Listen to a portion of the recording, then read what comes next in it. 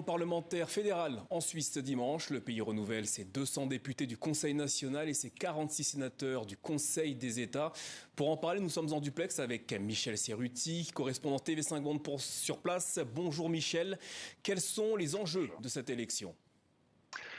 Bonjour, alors effectivement, renouvellement du Parlement aujourd'hui, je doute, et les observateurs politiques avec moi, que cela va véritablement influencer les équilibres en place depuis des décennies. Le Parlement va très certainement rester à droite comme ça a toujours été le cas. La question est plutôt de savoir comment les partis vont se comporter durant cette journée d'élection, à savoir est-ce que l'UDC va regagner les quelques pourcents de votants qu'elle a perdu il y a 4 ans. L'UDC a toujours été le premier parti de Suisse, maintenant depuis un certain nombre d'années, c'est le parti national populiste. Et puis est-ce que les Verts vont réussir à rester sur leur victoire d'il y a 4 ans? On en doute un tout petit peu, c'est ce qu'indiquent les sondages.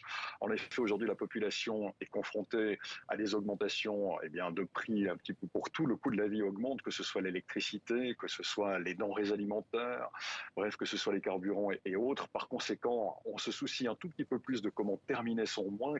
On est un petit peu plus soucieux de la fin du mois que de la fin du monde, pour reprendre une paraphrase de mes collègues de la radio-télévision suisse.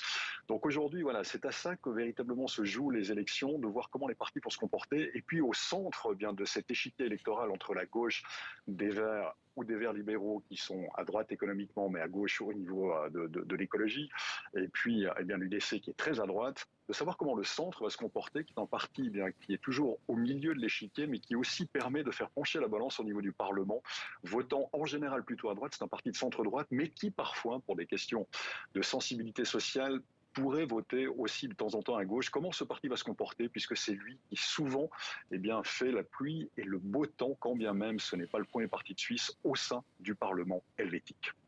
Michel Serruti, correspondant TV5 Monde en Suisse. Merci Michel.